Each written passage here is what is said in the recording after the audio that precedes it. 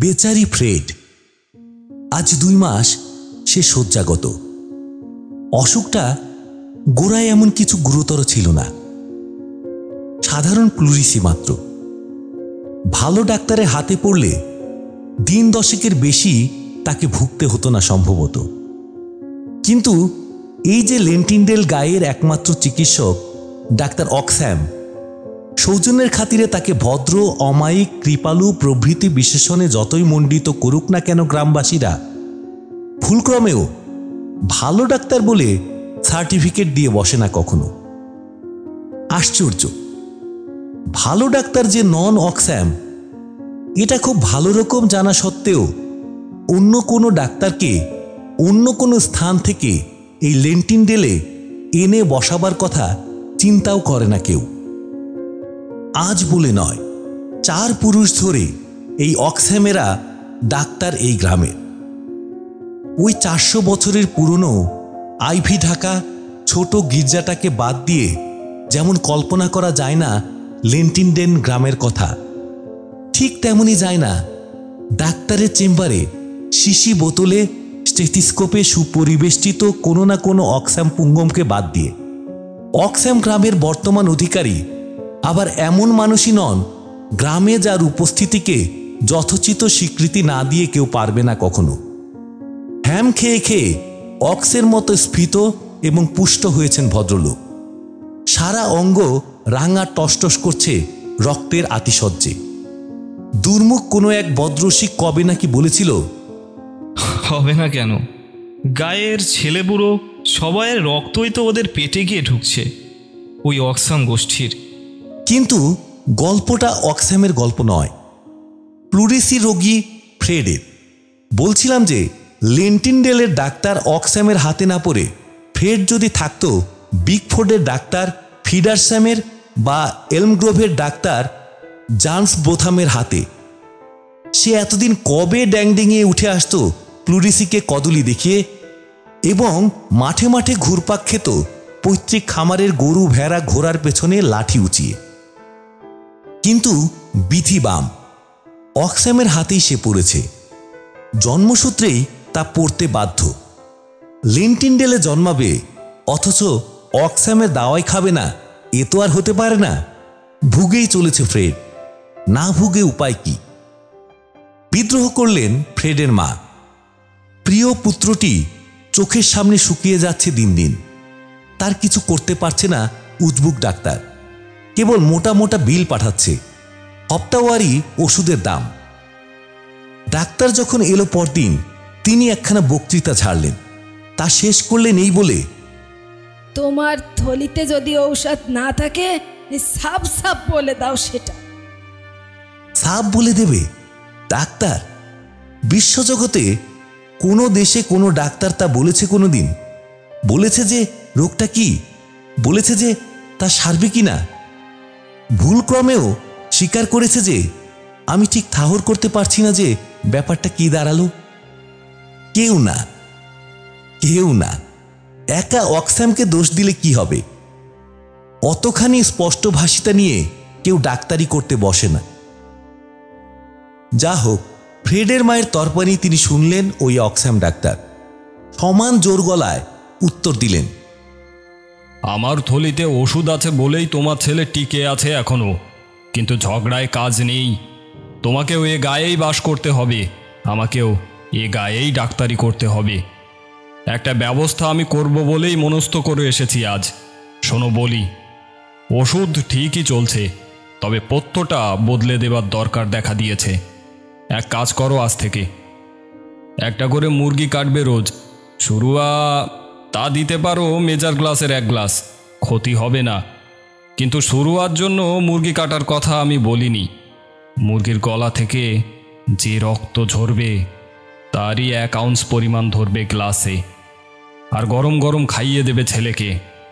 দেহে রক্তের অভাব হয়েছে ওর, সেই জন্যেই এই ব্যবস্থা।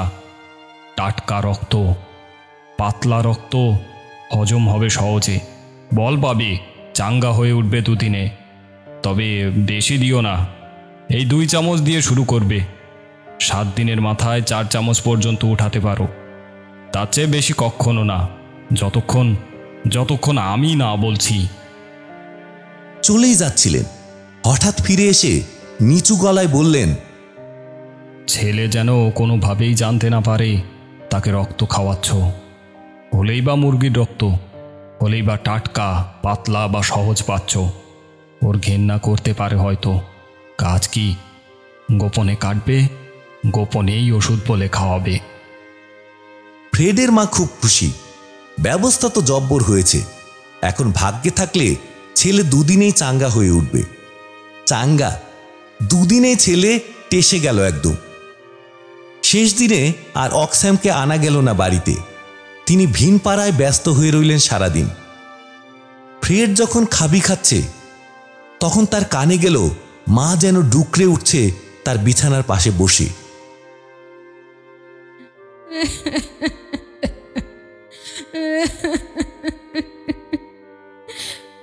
ওই ওই শয়তান ডাক্তার রক্ত খাইয়ে আমার ছেলেকে মেরে ফেললো, আমার ছেলেটাকে মেরে ফেললো। রক্ত? রক্ত? হ্যাঁ, বটেই তো। ও জিনিসটা রক্ত তাহলে, যা এই শেষ কয়েকদিন তার মা অত যত্ন করে তাকে খাওয়াতো। রক্ত কি এত ভালো লাগে খেতে? ঈষৎ নোনতা, ঈষৎ ঝাঁঝওয়ালা। ঠিক যে কিরকম তা বলে বোঝানো যায় না, কিন্তু খেতে বেশ। আর বেশি চিন্তা করার সময় হলো না ফ্রেডের। সে চোখ বুঝল, চিরতরেই বুঝল। ফ্রেডের বাবা করকে দিল স্ত্রীকে। ডাক্তার আর তুমি মিলে শেষ করে দিলে তো ছেলেটাকে। এখন এক কাজ করো, একদম চেপে যাও ব্যাপারটা। টু শব্দটির দরকার নেই, লাভ হবে না শব্দ করে। ডাক্তার স্রেফ অস্বীকার করবে, সব দোষ চাপিয়ে দেবে তোমার ঘাড়ে। ভয় পেয়ে গেল গেও স্ত্রী লোকটি। সত্যি তো, যা হবার তা তো হয়েই গেল। কেন আর এই শোকের সময় অশান্তিকে ডেকে আনা? তাছাড়া ডাক্তার বড় লোক, ফ্রেডরা চাষি মাত্র। ধাতু পাত্রে ও মৃৎপাত্রে টক্কর লাগলে কোনটা ভাঙবে তাও কি আর জানে না ফ্রেডের মা? যথারীতি কবর হয়ে গেল ফ্রেডের। অনেক কান্নাকাটি, কিছু খাওয়া দাওয়া, তারপর সব চুপচাপ। কেবল একজন থেকে থেকে কেঁদে ওঠে, কখনো ডুকরে ডুকরে, কখনো গুমরে গুমরে।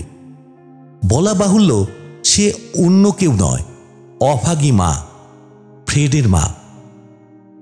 তার কেবলই মনে হয় ডাক্তারকে থলির ওষুধের কথা তুলে না ধমকালে সে রক্ত খাওয়ানোর ব্যবস্থা দিত না। আর সেই সৃষ্টি ছাড়া ব্যবস্থা মাফিক রক্ত যদি সে না খাওয়াতো, কচি ছেলেটা তার মারাও পড়ত না বেঘুরে। মনস্তাপে নিজের হাত নিজে কামড়ায় মা, আর স্বাদ মিটিয়ে গালিগালাজ দেয় অক্স্যামকে। সংসার ওদের ছোট ছিল ইদানিং, সে অনুপাতে বাড়িটা বড়। বাড়ি বড় করতে হয়েছিল ফ্রেডের ঠাকুরদাকে, কারণ তার ছেলে মেয়ের সংখ্যা ডজন অতিক্রম করে গিয়েছিল। কালক্রমে সেসব ছেলে মেয়ে উভয় গোলার্ধের যত্রতত্র ছড়িয়ে পড়েছে। কিন্তু পিতৃগৃহত্যাগের সময় কেউ তার শোবার ঘরখানা সঙ্গে নিয়ে যায়নি। কাজেই 7খানা শোবার ঘর সমেত গোটা বাড়িটা একদিন একা মানুষ ফ্রেডের বাবার দখলে এলো। কিন্তু অত ঘর করেন কি? নিজের 4টি ছেলে মেয়ে, তাদের দুধের দাঁত পড়বার আগেই এক একখানা ঘর গুছিয়ে দিলেন তাদের। অবশ্য পাশ্চাত্য মুলুকে সেইটাই রেওয়াজ। প্রাচ্যের মতো সেখানে ভাই বোনরা সার্ডিন গাদা হয়ে এক ঘরে বাস করে না। হ্যাঁ, দুধের দাঁত পড়বার পর থেকেই একখানা বড়সড় ঘরের একেশ্বর ছিল অধুনা বিগত ফ্রেড। সে বিদায় নেবার পরে ঘরখানায় চাবি পড়েছে, এইটুকুই হয়েছে পরিবর্তন। নইলে ঘরের ভেতর যেখানে যা স্থায়ীভাবে ছিল ফ্রেড থাকতে, হুবহু সেইভাবেই আছে। কাজের লোক আছে 2টি মেয়ে।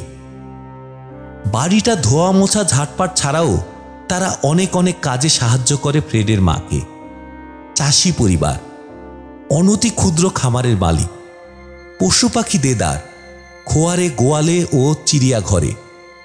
সেসবের পরিচর্যা, গাই দোয়া, মাখন তোলা, অনেক কাজ। হ্যাঁ, লোক রাখতেই হয়। বার্থা আছে এখন, আর আছে সুজান। বার্থাটা ভীতু, ফ্রেড চলে গিয়েছে। সে আর ফ্রেডের ঘরে ঢোকেনি তারপর, কিন্তু সুজান ঢুকেছে। তার অমন দিন দুপুরে গা ছমছম করে না ভূতের ভয়ে। আর সেই তো তাদের মাস্টার ফ্রেড। কত দৌড়ঝাঁপ করেছে তার সঙ্গে সেদিন পর্যন্ত। অমন কথা বলতে নেই, কিন্তু সত্যি সত্যি ভূত যদি হয়ে আসে ফ্রেড, সুজান বুক ঠুকে বলতে পারে যে সে কখনো ভয় পাবে না ফ্রেডের ভূতকে। ওইখানে বিছানায় তাকে বসিয়ে নিজে গ্যাট হয়ে ওই চেয়ারখানায় বসবে আর ভূতের দেশে গল্প শুনে নেবে তার কাছে। বলবে না, ইস। ফ্রেডের সঙ্গে চিরদিন ভাব ছিল সুজানের। মাঠে যাবার সময় তাকে সুজানি হেসেল থেকে স্যান্ডউইচ বার করে দিত বরাবর, গিন্নিকে লুকিয়ে। কি কথা হচ্ছিল যেন? ও, সুজান ভয় পায় না। সময় পেলেই ফ্রেডের ঘরে শিকল খুলে মেঝেতে গিয়ে দাঁড়ায় বা বসে। শূন্য বিছানার পানে তাকিয়ে থাকে ফ্যালফ্যাল করে। এক এক সময় কেমন ভুল দেখে চোখে, যেন ও দেখতে পায় ফ্রেড শুয়ে আছে এখনো তার রোগশয্যায়। তার ফ্যাকাশে ঠোঁট দুটিতে ক্ষীণ হাসি, সুজানেরই কোনো নির্দোষ রসিকতার জবাবে। তা সেই সুজানই প্রস্তাব করেছিল, মিসেস যদি বলেন বিছানাটা কেচে কুচে আবার ভালো করে পেতে দিই। না না না, ঝাঁজিয়ে উঠেছিলেন পুত্রহারা জননী। খবরদার না। এখনো আমি তার গায়ের গন্ধ পাই। ওই ওই বিছানায় কেচে ফেললে তো আর পাবো না। গায়ের গন্ধ কথাটা সুজানের মাথায় যে ঢুকলো আর বেরোতে চাইল না। বাসা বেঁধে রইল পাকাপাকি রকম। গায়ের গন্ধ, ফ্রেডের গায়ের গন্ধ কিরকম ছিল সুজান না জানে তা নয়। সত্যি কি সেই ফ্রেডের গায়ের গন্ধ এখনো গিন্নি পান তার পরিত্যক্ত বিছানায়? হবেও বা না, যদি পাবেন কেনই বা বিছানাটা কেচে ফেলার প্রস্তাবে উনি খেকিয়ে উঠবেন ওরকম? আচ্ছা, তাই যদি হয়, সে গন্ধ মিসাসের একার একচেটিয়া অধিকারে থাকার পক্ষে যুক্তি কি আছে? তিনি মা আর সুজান দাসী, এই তো তফাৎ। কিন্তু সুজানও তো মানুষ। স্কুল মাস্টার মিস্টার রবিনের বাড়িতে কাজ করার সময় তাকে সে একটা কবিতার দুটি লাইন আওড়াতে শুনেছিল একদিন। শুধু আওড়ানো নয়, তার অর্থও তিনি বুঝিয়ে দিচ্ছিলেন এক ছাত্রকে তখন। তাও শুনেছিলেন সুজান, শুনেছিলেন আর ভুলতে পারেননি। আভিজাত্য বস্তুটা কি? না গিনির উপরে রাজার মুন্ডুর ছাপ। ছাপ না থাকলেও সোনাটা সোনাই, তার দাম এক ফার্দিং কমবে না। তেমনি আভিজাত্য না থাকলেও মানুষের মনুষ্যত্বের দাম আহা হা হা। মনে মনে নানা যুক্তিতত্ত্বের অবতারণা করে সুজান স্থির করল, ফ্রেডের শয্যায় ফ্রেডের গায়ের গন্ধ যদি এখনো পাওয়া সম্ভব হয়, তবে মিসাসকে একা তা পেতে দিচ্ছে না সুজান। একদা ভাবছিল এই সুবাদে সুজানও নেবে গন্ধের অংশ। ওরা ওই বাড়িতেই থাকে রাত্রেও। সুজান আর বার্থা, আলাদা আলাদা ঘর ওদেরও। রাত্রে চুপি চুপি নিজের ঘর থেকে বেরোলো সুজান। সবগুলো খালি ঘরেরই দৌড়ে তালা বন্ধ হয় সন্ধ্যাবেলায়। বন্ধ সুজানই করে। আজ সন্ধ্যায় ফ্রেডের ঘরে শুধু শিকলটা তুলে দিয়েছিল সে, তালাটা বন্ধ করেনি। এখন নিশুতি রাতে ঘর খুলে ফ্রেডের ঘরে সে যদি ঢোকে, কে তাকে আটকাবে? কে আটকাবে? ঘটনাটাই তো জানে না কেউ। আটকে যেতে পারত নিজে সুজান অমন ডানপিটে না হলে। সে নিজে নির্ভীক, ভূত তার কিছু করতে পারে না। পিশাচ, ও হ্যাঁ, পিশাচে পারে হয়তো। সে কথাই হচ্ছে এর পরে। অবশ্য ভূত সমাজে পিশাচ বলে যে আলাদা একটা শ্রেণী আছে, এ কথাটি জানা ছিল না সুজানের। সুজান গিয়ে আলো জ্বালল ফ্রেডের ঘরে। যেমনকার শূন্য শয্যা, শূন্যই পড়ে আছে। সুজান বড় আশা নিয়ে বসে পড়ল সেই পালঙ্কের নিচে, বিছানার চাদরে মুখ গুজে। একটু পরে তার দু চোখ দিয়ে জল গড়াতে লাগলো। গন্ধের কথা তখন আর মনে নেই। খেলার সাথী আর যে তার সঙ্গে খেলতে আসবে না কোনোদিন, এই রিক্ততা বোধেই তার বুকের ভেতরটা হুহু করে উঠল সহসা। সে ফুলে ফুলে কাঁদতে লাগলো। শুনতে আশ্চর্য লাগবে, সেই সময় নিচের আকাশে উঠছে একটা বাদুড়, অন্য কোথাও নয়, লেন্টিন্ডেল গ্রামের 400 বছরের পুরনো আইভি ঢাকা গির্জাটা লাগোয়া কবরখানার ঠিক উপরে। বাদুড়টা যেন মনস্থির করতে পারছে না সে যাবে কোন দিকে। ঘুরপাক খাচ্ছে, খানিকটা হয়তো এগিয়ে যাচ্ছে জোর জোর ডানায় ছটফটিয়ে, তারপর হয়তো একেবারে পাল্টে ফেলছে তার গমন পথ। দুই একবার নেমেও এলো মাটিতে, যেন অজানা শূন্য আবিষ্কার অভিযানে বেরুবার সংকল্প আজকের মতো সে বর্জনই করল। রাত দুপুরে লেন্টিন্ডেল গায়ের ঝোপঝাড়ে দুর্গম কবরখানাটা শৌখিন নৈশবিহারীদের বেড়াবার জায়গা নয়। বেড়াতে কেউ সে রাতে আসেও নি সেখানে। আসতো যদি, সে অবাক হতো এই দেখে যে একটা অতি সম্প্রতি ভরাট করা সমাধির উপরকার মাটির ঢিবিটাতেই বাদুড়টা বারবার আসন নিচ্ছে আকাশ থেকে নামার পরে। বিস্ময়ের মাত্রা বেড়ে যেত আরো অনেক গুণ বাদুড়টা পুনরূপী আকাশে উত্তীর্ণ হওয়ার পরে। সেই নৈশবিহারী সাহস করে যদি দাঁড়াতে পারত একেবারে কবরের গা ঘেঁষে। বিস্ময়ের কারণ এই যে কবরটার বুকের উপর এধার থেকে ওধারে একটা লম্বা চির। বাদুড়টা যখন বসেছিল ওই চিরটার দুধার জুড়েই সে বসেছিল। হ্যাঁ, হতো সে অবাক, সেই নৈশবিহারী। বাদুড় বসে না কোথাও পারতপক্ষে, গাছের ডাল আঁকড়ে ধরে হেটমুন্ডে ঝোলে নিবাত নিষ্কম্প অবস্থায়। এ জীবটার কি সবই সৃষ্টি ছাড়া? কিন্তু এতক্ষণে বুঝি মনস্থির করতে পেরেছে ওই বাদুড়। আকাশবাটে সে উড়ে যায় দ্রুত বেগে। অতখানি দ্রুত বাদুড়েরা ওড়ে না সচরাচর। কে জানে এর এত তাড়া কিসের? সোজা উঠছে বাদুড়, মাঠ পেরিয়ে নিকেলবির আঙ্গুর ক্ষেতের মাথার উপর দিয়ে, ফোয়ারার ধারের জোড়া সেডার গাছের পাশ কাটিয়ে। এ বাড়িটা মিস্টার জয়েস্টের না, ফ্রেডের বাবার। যে বাড়ির একখানা ঘরে সুজান নামে একটা দুঃসাহসিকা কিশোরী এক মৃত কিশোরের পরিত্যক্ত শয্যায় মুখ গুজে পড়ে আছে, প্রয়াত বন্ধুর গায়ের গন্ধ পাওয়ার লোভে। একটা জানলা খোলাই থাকে ঘরে, গরাদও থাকে না ওদেশের সেই জানলাগুলোর, যাদের নাম ফ্রেঞ্চ উইন্ডো। বাদুড়টা সোজা সেধিয়ে গেল ঘরে, নির্দ্বিধায়, অতি ব্যগ্রভাবে। তৃষিত মরুপথচর যেন মরুদ্যানে জলধারা দেখতে পেয়েছে। তৃষ্ণা, বড়ই তৃষ্ণা তার। জলের নয় অবশ্য, অন্য একটা তরল পদার্থের। সেই পদার্থের নোনতা স্বাদ রসনায় নিয়ে শেষ নিঃশ্বাস ত্যাগ করেছিল সে। বাদুড় এসে ভেসে রইল পালঙ্কের 3 ফুট উপরে।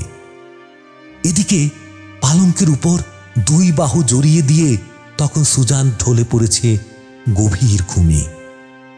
তৃষ্ণা, রক্তের তৃষ্ণা মেটেনি মৃত্যুর আগে। বাদুড়টা ধীরে ধীরে নেমে এলো, ইঞ্চি ইঞ্চি করে। সুজানের মুখখানা কাত হয়ে আছে পালঙ্কের উপরে। একটা গাল চাপা পড়েছে, অন্যটা বাদুড়ের ঠিক ঠোঁটের নিচে।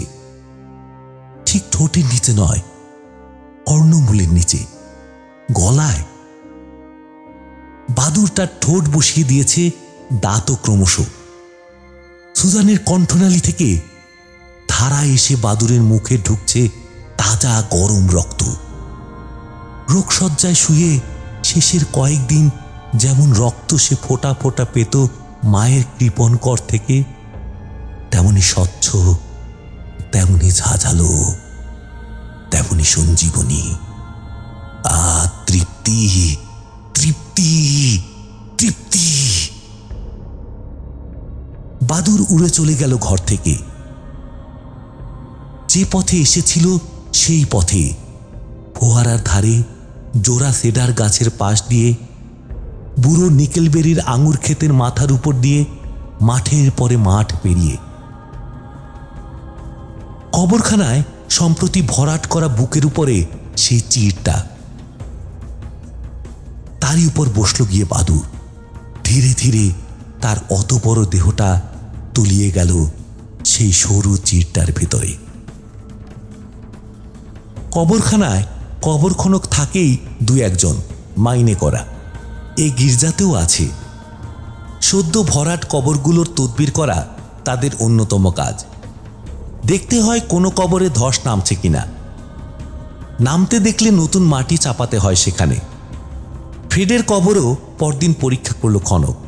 না, ধস টস নয়, তবে একটা লম্বা চির, 2 ইঞ্চি পরিমাণ চির। এটা কেন হলো হবার তো কথা নয়, হয় না তো কোথাও। দেখা যাক আজকের দিনটা। যদি এটা আরো চওড়া হতে দেখা যায় কাল, তখন করা যাবে যা হোক ব্যবস্থা। মাটির বদলে কিছু পাথর কুচিও ভরে দেওয়া যেতে পারে ফাঁকের ভিতর, সোজা হবে সেইটাই। এদিকে জয়েস্ট বাড়িতে হুলস্থুল বেলা 9টা নাগাদ। বাড়ির সবাই কোন সকালে ঘুম থেকে উঠেছে, লেগে পড়েছে যে যার কাজে। কিন্তু সুজান কই? বার্থা একা একা কাজ করছে আর ঝগড়া করছে তারস্বরে। মিসাসের আদুরে ঝি তো ঝি নন, রাজকন্যে। ঘুমই তার ভাঙলো না এখনো। একা একা এত বড় খামারটার সব কাজে ঠ্যাক দিচ্ছি আমি। তার কলহের ঝংকার যখন গৃহিণীর কানে গেল, তিনি বললেন, এই সুজান ওঠেনি? এই দেখ দেখ, অসুখ করছে নাকি? সে তো বেলা পর্যন্ত ঘুমাবার মেয়ে নয়। বার্থা গিয়ে সুজানের ঘরের দরজা ঠেলল। দরজা তো ভেতর থেকে বন্ধ নয়। ঠেলতেই হাট হয়ে গেল। সুজান তো নেই ঘরে। বার্থা তারস্বরে চিৎকার করতে করতে বেরিয়ে এলো আবার। ও মিসাস গো, দেখো দেখো তোমার আদুরে জি রাতারাতি হাওয়া দিল কিনা, বাসন কোসন ঠিক আছে কিনা দেখো। নিজের ঘরে সে নেই। সারা রাতে সে যে একবারও ঢুকেছিল বিছানায়, এমন তো মনে হলো না বিছানা দেখে। হই হই তোলপাড়। ফ্রেডের ঘরে তাকে পাওয়া যাবে এমনটা ভাবেনি কেউ। ঘরটা খোলা হয়েছিল কারণ আলো বাতাস ঢোকাবার জন্য খুলে তো হবেই রাখতে 2-4 ঘন্টা। হ্যাঁ, খোলা হয়েছিল এমনি। সুজানকে ওখানে পাওয়া যাবে এমন আশায় নয়। খুলেছিলেন মিসেস জয়ষ্টি, আর খুলেই বিস্ময়ে ভয়ে তিনি কাঠ হয়ে গেলেন কয়েক মিনিটের জন্য। সুজান নেতিয়ে পড়ে আছে মেঝেতে। মরে গিয়েছে? না, শুধু অজ্ঞান হয়ে রয়েছে। কাছে যেতে ভরসা পান না মিসেস, কারণ তার গলায় মুখে রক্ত, গাউনে ব্লাউজে রক্ত। সে পড়ে আছে যেখানে, তার কাছাকাছি অনেকখানি জায়গাতে মেঝেও রক্তারক্তি। শুকিয়ে আছে রক্ত। তার মানে রক্তটা ঝরেছিল প্রথম রাতে বা মাঝ রাতে। এলেন ফ্রেডের বাবা, দেখলেন। সুজানকে পরীক্ষা করলেন উপরি উপরি। ঠিক এত রক্ত, সবই সুজানের রক্ত।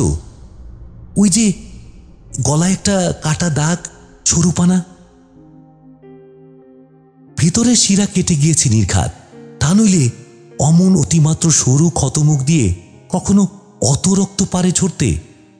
ক্ষত, কামড়ের ক্ষত নয়, ও সাপের। তোর সাপ কোথায় এখানে? খুবই রহস্যজনক ঠেকছে। ডাক্তার ডাকতেই হয়। ডাক্তার না দেখিয়ে সুজানকে নিয়ে যাওয়া ঠিক হবে না এ ঘর থেকে। কম রক্ত বেরিয়ে যায়নি ওর দেহ থেকে। হয়তো খুব দুর্বল হয়ে পড়েছে। নাড়াচাড়া করতে গেলে মরেও যেতে পারে। মেঝেতে পড়ে আছে, তাই থাকুক, অজ্ঞান হয়ে আছে। তা আসুক ডাক্তার। ততক্ষণ স্মেলিং সল্ট শোকানো হলো, হাতে পায়ে শেক দেওয়া হলো। লেন্টিন্ডেলে ডাক্তার চাইলে ডাক্তার পাওয়া যায় না। সবেধন অক্স্যাম তখন রোদে বেরিয়েছেন। 13টা রোগী না দেখে তার ফেরা সম্ভব নয়। তারপর লাঞ্চ, তারপর বিশ্রাম। অক্স্যাম জয়েসদের বাড়িতে যখন এলেন বেলা প্রায় 4টে। তখন জ্ঞান সুজানের হয়েছে, কিন্তু কথাবার্তা কইছে না। কেমন যেন বুঁদ হয়ে আছে কিসের নেশায়। নড়াচড়া তাকে করা হয়নি। ফ্রেডের ঘরের মেঝেতেই সে পড়ে আছে, তবে একটা বালিশ এনে ঢুকিয়ে দেওয়া হয়েছে তার মাথার তলায়। রক্তটা কেন ঝরল? এখনো ঝিরঝির করে ঝরছে কেন? জয়েস্টের আনাড়ি হাতে বাঁধা ব্যান্ডেজটা সত্ত্বেও অক্স্যাম কিছুই ঠাহর করতে পারলেন না। একটা মলম লাগিয়ে দিলেন সুজানের গলায়, পাকা রকম ব্যান্ডেজ বেঁধে দিলেন একটা, কি যেন ইঞ্জেকশনও দিলেন ভয়ে ভয়ে। তারপর রাত 9টা নাগাদ আবার আসবো, মেয়েটার অবস্থা ভালো বুঝছি না বলে সন্ধে নাগাদ চেম্বারে ফিরলেন তিনি। শুনেছেন বার্থা, জয়েস্ট গিন্নি, নিজে জয়েস্ট, যে যেটুকু জানে ঘটনার সবই ডাক্তার জেনে নিয়েছেন প্রশ্ন করে করে। সবকিছু জানার পরেও রহস্যের কোনো সমাধান করতে পারেননি। রক্তটা কেন ঝরছে মেয়েটার? সে রক্তই বা বন্ধ হচ্ছে না কেন? গাড়ি আছে ডাক্তারের। ফোয়ারার ধারে জোড়া সেডারের পাশ কাটিয়ে বুড়ো নিকেলবেরির আঙুর ক্ষেত পেরিয়ে মাঠের পরিচ্ছন্ন রাস্তা দিয়ে গড়গড়িয়ে চলেছে সেই গাড়ি। ওই তো কবরখানা। ফ্রেডকে সবে পরশু কবর দিয়ে গিয়েছে ওইখানে। এ ছেলেটা বাঁচল না কিছুতেই। তাজা রক্ত খাওয়ানো সত্ত্বেও বাঁচল না। ওর মা বাপের পাপের সাজা আর কি। অক্স্যাম ডাক্তারের চিকিৎসায় কোনো ভুল হয়েছিল এ কথা কেউ বলুক না একবার। ডাক্তার ডুয়েল লড়বেন তার সঙ্গে। এই কবরটাই ফ্রেডের বটে। ঠিবির উপরে আলোপানা কি ওটা? পড়ে আছে অনেকখানি জায়গা জুড়ে। কি ওটা? ও ক্রাইস্ট, ওটা উঠছে যে বাদুর, তাই বলো? হ্যাঁ, কবরখানায় বড় বড় গাছ ঢের। সন্ধেবেলায় বাদুর তো আসতেই পারে। ডাক্তারের গাড়ি চলেছে মাঠ পেরিয়ে। ডাক্তারের মাথার বেশ কিছুটা উপরে সন্ধ্যার আকাশে নিঃশব্দে উড়ে চলেছে সেই বাদুরটাও। রক্তের পিপাসা তার মেটেনি। ডাক্তারের গলার রং টকটকে লাল, মনে আছে ওর। একবার দাঁত বসাতে পারলে হয়, অঢেল অঢেল রক্ত মিলবে ওখানে। 2-4 রোগী সেই সন্ধেবেলাতেও রয়েছে ডাক্তারখানায়। তাদের কোনো রকমে বিদায় করে শ্রান্ত অবসন্ন দেহে ডাক্তার চেয়ারে এলিয়ে দিলেন দেহ। সারাদিন কি খাটুনিটাই গিয়েছে। এখনো শেষ হয়নি খাটুনির। 9টা পর্যন্ত চেম্বারে থাকা তার রুটিন। তারপর আবারও যাবেন জয়েস্ট বাড়ি। সুজানটাও টেসে যাবে কিনা সেটা তিনি বুঝতে চান দিনের কাজ শেষ করে ঘরে ফেরার আগে। কি হলো মেয়েটার? গলায় ক্ষতটা কি? এত রক্ত কেন ঝরে ওইটুকু ছিদ্র দিয়ে? চেয়ারে গা এলিয়ে দেওয়া মাত্র কাল ঘুম নেমে এলো অক্স্যামের চোখে। দেখতে দেখতে নাক ডাকতে লাগলো। তা উনি নিতে পারেন 2 ঘন্টা নিশ্চিন্তে ঘুমিয়ে। দারোয়ান জাগিয়ে দেবে ঠিক সময়ে। ডাক্তার ঘুমিয়েছেন। খোলা জানলা দিয়ে ঘরে ঢুকলো সেই বাদুর। নিঃশব্দে উড়ে এসে এমনভাবে বসলো চেয়ারের হাতলে যাতে তার ঠোঁট পড়ে ডাক্তারের গলায়।